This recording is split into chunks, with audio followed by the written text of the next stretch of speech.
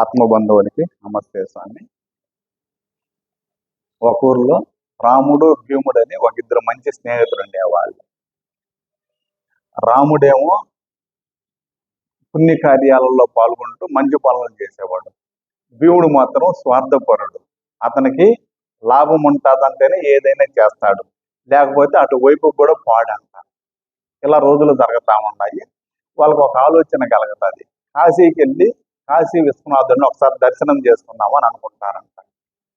పూర్వకాలంలో బండులు ఏమి ఉండేటి కాదు. ఎవరైనా కానీ వీలైనంత వరకు కాలినడకనే ప్రయాణం కొనసాగించేవాళ్ళు.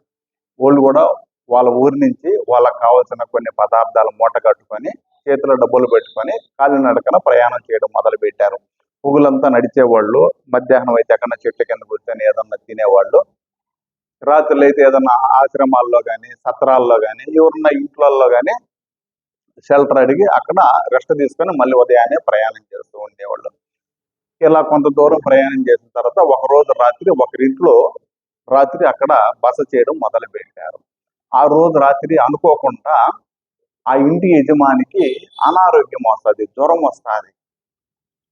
ఆ అర్ధరాత్రి టైంలో ఆ రాముడు అనే వ్యక్తి ఆ ఊర్లో డాక్టర్ ఎక్కడైతే ఉంటాడో అక్కడ కనుక్కొని వెళ్ళి అక్కడ డాక్టర్ని లేపి అతన్ని తీసుకొచ్చి వైద్యం చేపిస్తాడు. టయానికి మాత్రలు వేస్తారు. ఎందుకంటే ఆ ఇంట్లో ఆ యజమాని ఆయన భార్య మాత్రమే ఉన్నారు, పిల్లలు ఎవరు అందుబాటులో లేరు. సో మరుసటి రోజు కూడా జ్వరం తగ్గదు. అలా 4 రోజులు చూశారు, జ్వరం తగ్గదు. భీముడికి ఏమో రోజు రోజుకి కోపం వస్తా ఉండదు రాముడి మీద. మనం వచ్చిన పని కాశీకి పోవాలని కదా, ఇక్కడే ఉంటే అట్లా ఇతను వాళ్ళు ఊళ్ళో వాళ్ళు ఉన్న చూసి మనం వెళ్ళిపోదాం అని అంటాడు. రాముడు ఏమంటాడంటే ఆపదలో ఉండే వాళ్ళని ఆదుకోవాలి కానీ అలా వదిలేసి వెళ్ళడం పద్ధతి కాదు కదా, ఆ తల్లి ఒకటే ఉంది కదా, ఊళ్ళో వాళ్ళు ఉన్నా కానీ మనం వాళ్ళ ఇంట్లో బస చేయడానికి వచ్చినాము, ఎవరు ఏమని ఆలోచించకుండా మనకు వాళ్ళు బసకి వసతి కల్పించారు కదా, అలాంటి వాళ్ళు వదిలిపోవడం కరెక్ట్ కాదు. కావాలంటే నువ్వు వెళ్ళిపో, నేను ఇక్కడ నుండి ఇతనికి తగ్గిన తర్వాతనే వస్తానని చెప్తాడు. వెంటనే భీముడు ఏం చేస్తాడంటే నువ్వు ఇంతేనని చెప్పేసి వదిలేసి భీముడు వెళ్ళిపోతాడు కాశీకి. రాముడేమో ఆ ఇంట్లోనే ఉండి ఆ మహానుభావుడికి సేవ చేస్తూ టయానికి మాత్రలు వేస్తూ అవసరమైతే డాక్టర్ని తీసుకొస్తూ అతను దగ్గరున్న డబ్బులు కూడా చాలా వరకు ఖర్చు పెడుతూ ఉంటాడు. భీముడు వెళ్ళిపోతాడు. కాశీకి వెళ్ళి ఆ గంగా నదిలో స్నానం చేస్తూ ఉంటాడు. జనాలు ఒక్కసారిగా రాముడు కనబడతాడు. అతనికి గంగా నదిలో ఇతనికన్నా ముందు పోయి స్నానం చేస్తూ కనబడతాడు. ఏంద్రా ఇతను నాకన్నా ముందు ఎలా వచ్చాడు అని చెప్పేసి జనాలలో తప్పించుకుంటూ అతను కనబడ్డ స్థలానికి వెళ్ళి చూస్తే అక్కడెక్కడ కనబడ్డాడు రాముడు. ఏంద్రా మాయమైపోయాడు మళ్ళీను అని అతని గురించి ఆలోచిస్తా దైవ దర్శనానికి వెళ్తాడు. స్వామి దర్శనానికి వెళ్తే అక్కడ కూడా రాముడు స్వామికి అభిషేకం చేస్తా కనబడతాడు. ఏంద్ర ఇతను మళ్ళీ ఇక్కడ కనబడతానని చెప్పి అతని దగ్గరికి పోబోతే మళ్ళీ కనబడ్డాడు. ఇంకా భీముడు ఆలోచన అంతా రాముడి మీదనే ఉండిపోతుంది. ఏ నదిలో పోయి స్నానం చేద్దామన్నా ఏ ఘట్టం దగ్గరికి పోయినా కానీ రాముడు ముందుగా కనబడతాడు, దగ్గరికి పోతే కనబడడు. ఏ గుడిలోకి వెళ్ళి చూద్దాం అనుకోని స్వామిని చూద్దానికి పోతే రాముడే కనబడతాడు.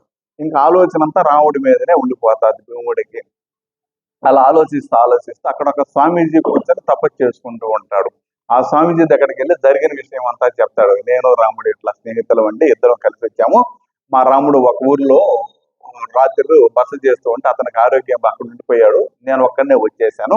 కానీ నాకన్నా ముందు ఎక్కడ చూసినా అతనే కనబడుతున్నాడు. ఏంటి స్వామి విషయమో తెలుసుకుందాం అనుకుంటున్నాను అని అడిగితే ఆ స్వామి కళ్ళు మూసుకొని అలా కొద్దిసేపు ధ్యానంలో చూసి చెప్తాడు, మీరు రాముడు ఆ ఊర్లోనే ఉన్నాడు నాయన, అతనికి సేవ చేస్తాను, కానీ అతని మనసు మాత్రము నీతో కూడానే వచ్చేసింది, అతని మనసు మాత్రమే ఎక్కడికి పోయినా నీకన్నా ముందు కనబడతా ఉండదు నాయన అని చెప్తాడు.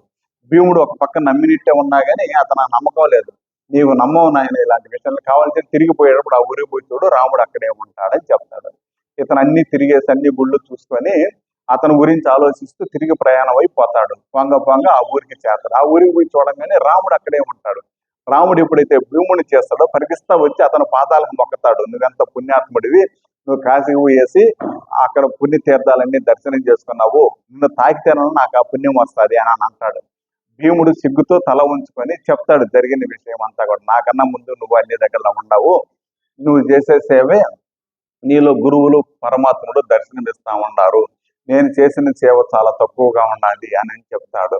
అవతల ఆ యజమానికి నయం అయిపోతుంది. రాముడి చేతిలో ఉండే డబ్బులన్నీ కూడా ఖర్చు అయిపోతాయి. ఇంక నా దగ్గర డబ్బులు కూడా లేవు, నేను ఇట్లా పోలేను, తిరిగి ఊరికి వెళ్ళిపోదామని ఇద్దరు కలిసిపోయి ఊరికి వచ్చేస్తారు.